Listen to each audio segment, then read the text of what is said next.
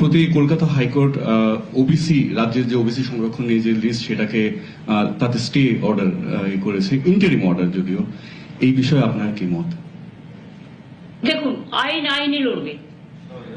আইনের কথা আমি যেহেতু এখনো ইন্টারিম অর্ডারে আছে, ফাইনাল জাজমেন্ট হয়নি। ফাইনাল জাজমেন্ট হলে I cannot criticize the judge, but I can criticize the judgment. ঠিক আছে, এটা কিন্তু ফাইনাল অর্ডার নয়। ওনারা কিছু সাজেশন দিয়েছেন, ওনারা কিছু অর্ডার দিয়েছেন। সেই অর্ডারটা কালকে আমরা পেয়েছি, কাল রাতে। ওটা নিয়ে স্টাডি করছেন লিগাল টিমের লোকেরা, এবং কেসটা অলরেডি সুপ্রিম কোর্টের কাছে আমরা 3 মাস টাইম নিয়েছিলাম। এবং আমরা যদি দেখি আইনত কোনটা আমাদের শুট করছে, সুপ্রিম কোর্টের 3 মাস টাইম মোতাবেক আমরা কিন্তু কাজটা করেছিলাম। এবং কাজটা গভর্নমেন্ট করেনি, কাজটা করেছে ওবিসি কর্পোরেশন। এবং সেখানে একজন x senior justice of Calcutta high court সেখানে আছেন। আমরা হাইকোর্টের রুলস মেনেই সবটা করেছিলাম। কিন্তু প্রতিদিন নতুন নতুন প্রশ্ন আসতেই পারে। আর আপনারা তো জানেন, সিপিএম আর বিজেপি কখনোই চায় না যে ওবিসি রিজার্ভেশন পাস হোক। এটা তো গরিব লোকেদের জন্য, এটা তো ইকোনমিক ব্যাকওয়ার্ড ক্লাস, যারা সোশ্যালি ব্যাকওয়ার্ড, যারা ইকোনমিক্যালি ব্যাকওয়ার্ড, শিডিউল কাস্ট ভাই বোনেদের জন্য রিজার্ভেশন আছে, আমরা চাই থাকুক। ট্রাইবেলদের জন্য রিজার্ভেশন আছে, আমরা চাই থাকুক।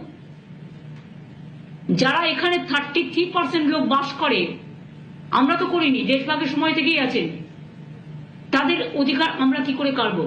তাদের সম্পত্তি কাটতে হবে, তাদের চাকরি কাটতে হবে, তাদের শিক্ষা কাটতে হবে। তাদের আপনারা মানুষ হতে দেবেন না, মানুষের মতো মানুষ হিসেবে গড়ে তুলবেন না। তাও যেটা করেছিল তাতেও আপনাদের বলেছিলাম, তার মধ্যে 60 কাস্ট ছিল নন মুসলিম। মুসলিম দেখলে আপনাদের গায়ে জ্বালা করে, সেটা আমি জানি। তা নেতাজি সুভাষচন্দ্র বোসের রাইট হ্যান্ড কে ছিলেন? শাহনওয়াজ খান। আপনারা বলতে আমায় বাধ্য করছেন। তাজমহলটা তৈরি করেছিলেন কে? শাহজাহান। কি করে ইতিহাসটাকে মুছবেন বলুন? গান্ধীজি কি বলেছিলেন? ঈশ্বর ও আল্লাহ তেরে নাম সবকো সুমতি দে ভগবান। নজরুল কি লিখেছিলেন? হিন্দু নর মুসলিম ওই জিজ্ঞাসে কোনজন, কান্ডারি গলো ডুবেছে মানুষ সন্তান মোর মার। ভুলে গেছে?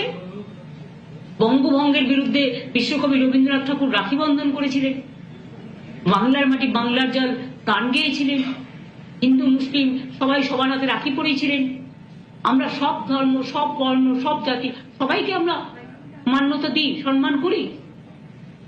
কিন্তু আপনারা যদি মনে করেন আপনারা যেটা ঠিক করবেন, কে কি খাবে, কে কি পড়বে, কার কি সম্পত্তি দখল করবেন, কার কি ভাষা দখল করবেন, কার কি চাকরি দখল করবেন, একেতে মানুষ পায় না। চাকরি সৃষ্টি হচ্ছে আর আপনারা বাধা দিচ্ছেন। একটা করে পিল আর কিল খেচ্ছে, পিল করছেন আর একটা করে কিল খাচ্ছেন, নিজেরা খাচ্ছেন। এটা কিন্তু আপনাদের উপর বর্তায়।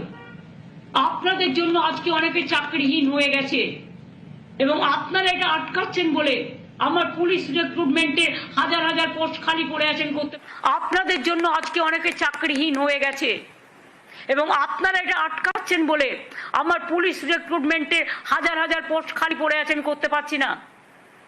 আমার টিচারদের পোস্ট করতে পারছি না। আরো অনেক ভ্যাকেন্সি আছে, আমার অল ডিপার্টমেন্টে আছে। কিন্তু ওবিসি রিজার্ভেশন আমরা করিনি। এটা মন্ডল কমিশনের রেকমেন্ডেশন। ভিপি সিং যখন প্রাইম মিনিস্টার ছিলেন, মনে রাখবেন, বা ভিপি সিং লড়াই করেছিলেন, তখন কিন্তু বিজেপিও ভিপি সিং এর সাথে ছিলেন। তখন কেন এটাকে অপোজ করেননি? সময়ে সাথ দেবেন আর সময়ে মানুষকে অনাথ করে দেবেন, এটা তো হতে পারে না। আপনি কি চান ওরা পড়াশোনা করবে না? তাও তো ওদের ইকোনমিক্যালি যারা ব্যাকওয়ার্ড, তাদের জন্য 17% আমি আলাদা টাকা দিই শিক্ষার জন্য, এটা মাথায় রাখবেন। আর যদি নিচু থেকে মানুষ উপরে উঠে আসে শিক্ষার দ্বারা, তাতে আপনাদের আপত্তির কি আছে?